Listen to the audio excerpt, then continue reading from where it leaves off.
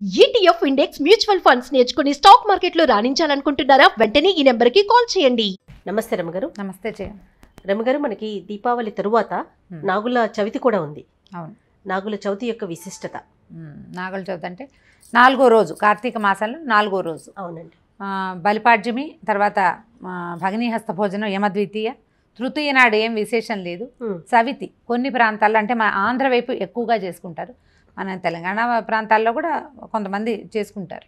అయితే నాగుల చవితి ఏంటంటే ఈ రోజున పుట్టలో పాలు పోయటం, అవును, పుట్ట మట్టి తెచ్చి చెవులకు పెట్టుకోవటం. పిల్లలకి ఏదైనా అనారోగ్యంగా ఉంటే, చెవులో చీము లాంటివి ఏమైనా వస్తే చెవికి సంబంధించిన బాధలన్నిటికీ కూడా సర్పారాధన చాలా విశేషంగా చేస్తారు. మనకి చాలా పూర్వకాలం నుంచే ఉంది. సర్పాలు అంటే ముఖ్యమైన సర్పాలైనటువంటి వాసుకి, అనంతుడు, ఆదిశేషుడు వాళ్ళు మనకి దేవి దేవతలతో పాటుగానే పూజలు అందుకుంటూ ఉంటారు. విష్ణుమూర్తి పాన్పేమో అనంతుడు, శివుని మెడలో ఉన్న సర్పమేమో వాసుకి. ఆయన మెడలోనే ఉంటాడు కదా, ఆయన నాగరాజధరుడే ఈయన శివుడు. అయితే మనకి ఈ సర్పారాధన చేయటం వల్ల ఏంటంటే సంతాన సంబంధమైనటువంటి ఇబ్బందులు తొలగిపోతాయని భావిస్తారు. ముందు కాలం నుంచి మన దగ్గర అదే ఉంది. అంటే సర్పాన్ని చూసినా, కాలుతో తొక్కినా లేదా కొట్టినా ఆ సర్ప దోషము తరతరాలు సంతానం వైపుకి వాళ్ళ దృష్టి ఉంటుంది, అది ప్రాప్తిస్తుందని. కుటుంబాల వివాహాలు కావు, లేదా సంతానం కలగదు. సంతానం కలిగినా వాళ్ళకి ఎక్కువగా చెవికి సంబంధించినవి లేదా చర్మ సంబంధమైన వ్యాధులు వస్తాయని బాగా తీవ్రంగా నమ్ముతారు. నాగదోషం ఉంటే పిల్లలు కలగరు. అందుకని సుబ్రహ్మణ్య ఆరాధన అంటే కుమారస్వామిని ఆరాధించినా కూడా ఇవి కొంత తొలుగుతాయని భావిస్తారు. దాంతోపాటు మనం సర్పానికే ఆరాధన చేయడానికి విశేషంగా మనకి నాగుల చవితి, నాగ పంచమి, ఈ 2 రోజులు ఎక్కడైనా సర్పాకృతులు ఉంటే మనకు దేవాలయాల్లో విశేషంగా కనపడతాయి. ఈ సర్పాకృతుల్ని ప్రతిష్ఠ చేసేవారు కూడా సంతానం లేని వారుగానే ఎక్కువ కనపడతారు మనకి. కొన్ని దేవాలయాల్లో వందల కొద్దీ నాగ ప్రతిష్టలు కనిపిస్తాయి. అయితే ఈ సర్పారాధన చేయటానికి పుట్టలో పాలు పోయటం ఒకటే కాకుండా చాలా విధానాలు పాటిస్తారు.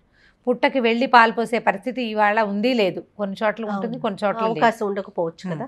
ఇప్పుడు నాగ ప్రతిష్ఠ ఎక్కడైనా ఉంటే అక్కడ కూడా మనం పాలు పోసే సంప్రదాయం ఉంది. సర్పం పాలు తాగుతుందా లేదా అనేది ప్రశ్నే కాదు, అసలు తాగదు. కానీ నీకు ఒక శ్రద్ధ ఉండాలి కదా. అది మనకి సర్పం పట్ల ఒక శ్రద్ధ ఉండాలని చెప్పటమే. మనకి ఏం చెప్తారు దానికి, మనం ప్రసాదం చేసుకుంటాం, చలిమిడి చిమ్మిరి చేస్తాం. అవునండి, చలిమిడి చిమ్మిరి 2 తీసుకెళ్తారు. దాంతోపాటు అరటిపళ్ళు, పాలు, బియ్య పిండి పట్టుకెళ్తారు. అదే ఆ సర్పానికి ఆ పాలు పోసేటప్పుడు కూడా నూకలు వేస్తాం, రూకలు ఇస్తావా, పాలు పోస్తాం, పాపణ్ణిస్తావా అని చెప్తారు. ఈ సర్పానికి పాలు ఇవ్వటం అంటే ఏంటంటే సంతానాని కోసమనే మనం ప్రార్థించడం. అది రూకలు ఇస్తావా అని ఒక ప్రశ్న వస్తూ ఉంటుంది. ఎక్కడైనా భూమిలో పాతిపెట్టినటువంటి మూలధనాలు ఏమైనా ఉంటే కనుక వాటికి కాపలాగా సర్పాలని ఉంచేవారట. అవును, చాలా చోట్ల కనపడుతుంది కదా, లంకెపిందల చుట్టూతా పాములు ఉన్నాయంట, పడగలు చుట్టుకుని ఉన్న పాము. ఎక్కడైనా నిధి నిక్షేపాలు ఉన్నాయి అంటే అక్కడ ఉంటాయి అనేది నాగబంధం ఉంటుంది. అంటే ధనానికి నాగారాధనే, సంతానానికి కూడా నాగారాధనే చేయాలి. ఇప్పుడు ఎందుకండి నాగారాధన చేయము అనుకుందాం, ఒక ప్రశ్నలు వస్తుంటాయి, సవాలక్ష మనకి. ఇప్పుడు నాగారాధన సర్పం మనతో పాటు భూమి మీద ఉండే ఒక సరీసృపం కదా. అవునండి. వాటితో పాటు ఇప్పుడు కాలంలో మనం సిటీలలో తిరిగేస్తున్నాం. మొన్నటి దాకా మనం అంతా వ్యవసాయదారులమే కదా. అవును, మనతో పాటు మమేకమై ఉన్నాయి కదా. ఇప్పుడు పాములు ఉన్న చోట్ల పుట్టలు పెడితే అక్కడ నేల సారవంతంగా ఉంటుంది.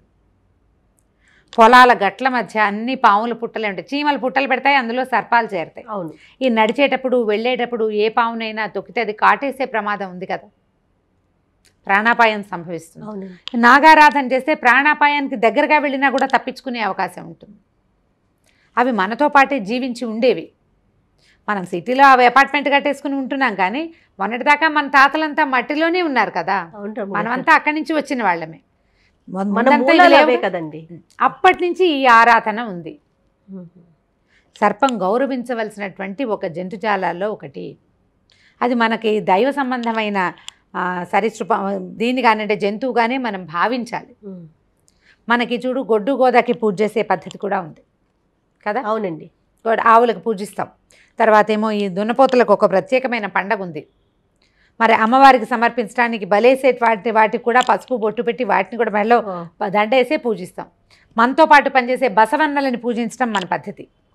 అట్లాగే సాంప్రదాయం, మన సాంప్రదాయంలో భాగంగానే ఈ నాగారాధనని కూడా చేస్తూ ఉంటారు. ఎవరు మానరు ప్రశ్నించే వాళ్ళు కూడా పుట్టమన్ను చెవికి పెట్టుకుంటారు తప్పకుండా. రమ్మగారు, నేను భార్యాభర్తల మధ్య సమస్యలున్నా కూడా సుబ్రహ్మణ్య స్వామిని కొలవాలి, నాగదేవతల్ని కొలవాలని విన్నాను రమ్మగారు. అవును, అది కూడా నిజం. భార్యాభర్తలు అంటే సంసార సంబంధమైన సమస్యలు ఉన్నవాళ్ళు తప్పకుండా నాగారాధన లేదా సుబ్రహ్మణ్య ఆరాధన చేస్తే విశేషమైన ఫలితం లభిస్తుంది. దీనికి ఏంటంటే నవనాగ స్తోత్రం అని ఒక ప్రత్యేకమైన స్తోత్రం ఉంది. అనంతుడు, వాసుకి, తక్షకుడు వీళ్ళందరినీ తలుచుకునేది. ఆ నాగస్తోత్రాన్ని రెగ్యులర్గా అలవర్చుకున్నా కూడా సమస్యలు కొంత తగ్గుతాయి. తర్వాత ఏమో నేను ప్రతిసారి చెప్తూ ఉంటాను, ఉదంకుడి చేసినటువంటి నాగస్తోత్రం మహాభారత అంతర్గతంగా ఉంది. అది సంస్కృతంలో దొరికిన ఆదిపర్వంలో ఉంది, లేదా తెలుగులో దొరికినా కూడా మనం ఒకటి రికార్డ్ చేసి పెట్టాం ఇంతకు ముందు కూడా. రమ్మగారు, ఎలాంటి స్తోత్రాలు చెప్పుకోవాలండి, చెప్తారా ఏమన్నా? అంటే స్తోత్రాలకి మామూలుగా సుబ్రహ్మణ్య అష్టకం చేసుకుంటాం. అది కాకపోతే ప్రత్యేకంగా నాగస్తోత్రాలు కొన్ని ఉన్నాయి. నవనాగ స్తోత్రం అని ఉంది. అనంతుడు, తక్షకుడు, వాసుకి, ధృతరాష్ట్రుడు, శంఖపాలుడు ఇట్లా 9 మంది నాగులు ఉన్నారు. వాళ్ళకి సంబంధించిన స్తోత్రం. అది ఏంటంటే పూజాకాలంలో కానీ ఉదయ సంధ్యావేళలో అవి చదువుకుంటే ఈ నాగదోషానికి సంబంధించిన సమస్యలు తీరిపోతాయంటారు. దీంతోపాటు ఉదంకుడు చేసిన నాగస్తోత్రం, ఇది ఉదంకుడి కథ చాలా పెద్ద కథ, కానీ ఇంతకుముందు 1-2 సార్లు మనం చెప్పుకున్నట్టే గుర్తుంది నాకు. మహాభారతాంతర్గతంగా వస్తుంది ఉదంకుడి కథ. అతను తన గురువుగారికి మాట ఇచ్చి అంటే కుండలాలు తీసుకొస్తానని చెప్పాడు. కుండలాలు తీసుకుని తిరిగి వస్తూ ఉంటే తక్షకుడు కుండలాలు అపహరించి పాతాళం లోపలికి వెళ్ళిపోయాడు. ఈయన ఏం చేశాడు, ఇంద్రుడిని ప్రార్థించి తన పాతాళానికి తవ్వుకుంటూ వెళ్తే అక్కడ మొత్తం సర్పాలే, అన్ని పుట్టలే కనిపించినాయి. అప్పుడు అతను నాగస్తోత్రం చేస్తే మొత్తం నాగులంతా ప్రత్యక్షమయ్యి ఆయనకి కుండలాలు ఇచ్చేశారట. ఆ ఉదంకుడి నాగస్తోత్రం కనుక చదివితే మిస్క్యారేజెస్ లాంటివి ఆగిపోతాయి, సంతానం కలగని వాళ్ళకి సంతానం కలుగుతుంది. ఈ నాగదోషం పోగొట్టుకోవడానికి ప్రచండంగా పనిచేస్తుంది ఉదంకుడి నాగస్తోత్రం. సంస్కృతంలోనూ ఉంది, తెలుగు మహాభారతంలో కూడా ఉంది. ఆ శ్లోకాలు ఇంతకుముందు మనం ఒకసారి రికార్డ్ చేసి పెట్టాం శ్రావణ మాసంలో, నాకు గుర్తుంది. అవునండి. ఎలాగో దీంతో పాటు ఆ రికార్డ్ ఎలాగో వేస్తారు, కుదిరితే కనుక చక్కగా చదువుకుంటే బాగుంటుంది. ఓకే, ఒకసారి ఏమన్నా చెప్తారా రమ్మగారు? తెలుగు పద్యం చెప్తాను చూడు. ఇది ఎట్లా అంటే నలుగురిని గురించి, అనంతుడు, వాసుకి, తర్వాత తక్షకుడు, తర్వాత ఈ నాగులందరూ కూడా, వీళ్ళందరినీ కలిపిన 4 వేరు పద్యాలు అనమాట. పెద్ద పెద్ద పద్యాలు బాగుంటాయి చక్కగా చదువుకోవడానికి. ఇవి ఎట్లా అంటే మనకి నాగదోషం ఉంది, వివాహం కావట్లేదు అన్నా కూడా, లేదా వివాహం అయ్యాక సంతానం కలగట్లేదు, సంతానానికి సంబంధించిన సమస్యలు ఉన్నవాళ్ళు కనుక రెగ్యులర్గా చదువుకుంటే ఈ సర్పదోష భయం నుంచి బయటపడతారు. సర్పాల్లో మొదటివాడైన అనంతుడు భూభారాన్ని మోస్తాడు. భూదేవి మనం ఎలా అనుకుంటాము, మన ఇవి చూస్తూ ఉంటావా, భూమి తనంతట తన చుట్టూతా తను తిరుగుతూ వీటి చుట్టూతా తిరుగుతుంది అలా తెలుసుకుంటాం కదా. భూమినట మనకి పురాణాల ప్రకారం ఎట్లా చెప్తారంటే కులపర్వతాలు, పర్వతాలు ఉండి అవి కింద నుంచి పైకి లేపి పట్టుకుంటాయట భూమి సముద్రంలో పడిపోకుండా. పురాణాల్లో ఇట్లా చెప్తారు. కులపర్వతాలే వాటి పేరు. అయితే మనకి పర్వతానికి సంస్కృతంలో చాలా పేర్లు ఉంటాయి. భూధరము అని, భూమిని ధరించేది అని. భూధరము. దీంతో పాటుగా మనకి అష్టదిగ్గజాలు ఉన్నాయి, 8 ఏనుగులు అన్ని దిక్కుల్లోనూ. అవి ఇట్లా తొండాలతో భూమిని లేపి పైకి పట్టుకుని ఉంటాయట. దీంతో పాటుగా 1000 పడగల ఆదిశేషుడు భూమిని పాతాళంలో ఉండి భూమిని ఇట్లా పడగల మీద పైకి లేపి పుంచుతాడట. ఆ 1000 పడగల ఆదిశేషువుని గురించిందే మొట్టమొదటి శ్లోకం అన్నమాట. ఈయన అజస్ర సహస్ర ఫణాలి మీద తనంటే పెద్దవి, చాలా పెద్దవైనటువంటి 1000 పడగల మీద భూమిని దాల్చినటువంటి అనంతుడు మాకు ప్రసన్నుడవ్వాలి అని. అది భూమిని గురించిన పద్యంలాగా కనపడుతుంది. చివరికి అనంతుడు వస్తాడు. బహువన పాదపాప్తి కులపర్వత పూర్ణ మహాసరస్వతీ సహిత మహామహీభరమజస్ర సహస్ర ఫణాళి దాల్చి దుస్సహతరమూర్తికిన్ జలధిశాయికి పాయక శయ్యయైన యయ్యహిపతి దుష్కృతాంతకుడనంతుడు మాకు ప్రసన్నుడయ్యడున్. అంటే భూమిని మోస్తూ విష్ణుమూర్తికి ఎలాంటి వాడు, అసలు ప్రపంచాన్ని మోయగలిగేవాడు కదా విష్ణుమూర్తి అంటే. ఆయన గర్భంలోనే ప్రపంచం అంతా ఉంది. ఆయనకి చెయ్యి అయినటువంటి అనంతుడు మాకు ప్రసన్నుడు కావాలి. ఆ ఈయనని గనక ప్రార్థిస్తే సంతానానికి సంబంధించిన సమస్యలు బాగా తొలగిపోతాయంటారు. నలుగురు నాగులను గురించి, నలుగురు ప్రధానమైన వాళ్ళు. ఈయన తర్వాత ఏమో వాసుకి, తర్వాత తక్షకుడు, చివరి వాళ్ళు ఏంటంటే ఐరావతుడు మొదలైనటువంటి చాలా నాగులు ఉన్నారు. ఎంతమందో మహానుభావులు ఐరావత కోటి ఘోర పణిరాజులు అని చెప్తారు. ఎంత కోట్లు ఉన్నారట వాళ్ళందరూ మాకు ప్రసన్నులుగా ఉండాలి. ఈ సంబంధించినవి అంటే ఇలా దీనికి సంబంధించిన DNA అని చెప్తాం కదా. మనం సర్ప ఎలా కనిపిస్తుంది, సర్పాకృతి మనకి ఇట్లా మెలికలుగా కనపడతాయి, 2 నాగులు పెనవేసుకుని ఉన్నట్లు. వీటికి పూజ చేస్తే ఈ సర్పాలకి ఈ సమస్య తీరుతుంది. సంతాన సంబంధమైన సమస్యలు పోగొట్టుకోవడానికి నాగుల చవితి రోజున పుట్టలో పాలు పోయటము.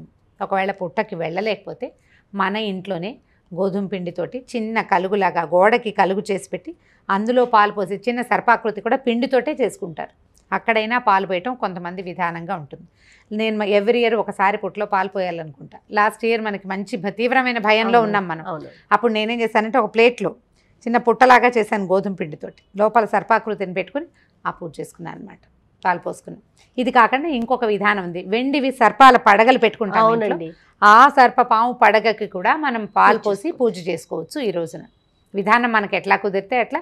ఇలా కాకుండా మన ఇంట్లో ఎలాంటి విధానం ఉందో దాన్ని పాటించండి. మన ఇంట్లో కనుక అలాంటి పద్ధతి ఉంటే ఈ పూజ చేసుకోవచ్చు. ఒకవేళ మనకి ఇలాంటి సమస్య ఉంటే, నేను చెప్పిన ఇలాంటి సమస్య ఉంటే పూజా విధానంగా చేయలేకపోయినా కూడా ఈ స్తోత్రాల్లో ఏదైనా ఒకదాన్ని మనం అలవర్చుకుంటే ఏంటంటే ఆ సౌండ్స్ వల్ల, దాని వైబ్రేషన్ వల్ల మనకున్న సమస్యలు తీరిపోతాయి. ప్రయత్నం చేసి చూడండి. ఇప్పుడు ఏదైనా మంచి శ్లోకం చదువుకోవటం వల్ల బ్రహ్మాండం పగిలి మనకి ఏదైనా అయిపోతుందా అని ప్రశ్నించొద్దు. ప్రధానంగా ప్రశ్నలు మానేయండి. మానసిక తృప్తి ఉంటుంది. మనం ఏదో ఒకటి చేసుకుంటున్నామనే ఒక సంతోషం వల్ల రావాల్సిన ప్రయోజనం ఎలాగో వస్తుంది. లేదా ఒక మంచి మాట మాట్లాడితే ప్రయోజనం ఉండదా దానికి? ఆ ప్రయోజనం తప్పకుండా సిద్ధిస్తుంది. కాబట్టి నాగుల చవితిని శ్రద్ధగా చేసుకోండి. కార్తీక మాసంలో 4వ రోజు కార్తీక పురాణం ఎలాగో చెప్తాము. చక్కగా పురాణం విని ఆ పూట పుట్టలో పాలు పోసుకోండి. తప్పకుండా రమ్మ గారు. నమస్తే అండి. నమస్తే.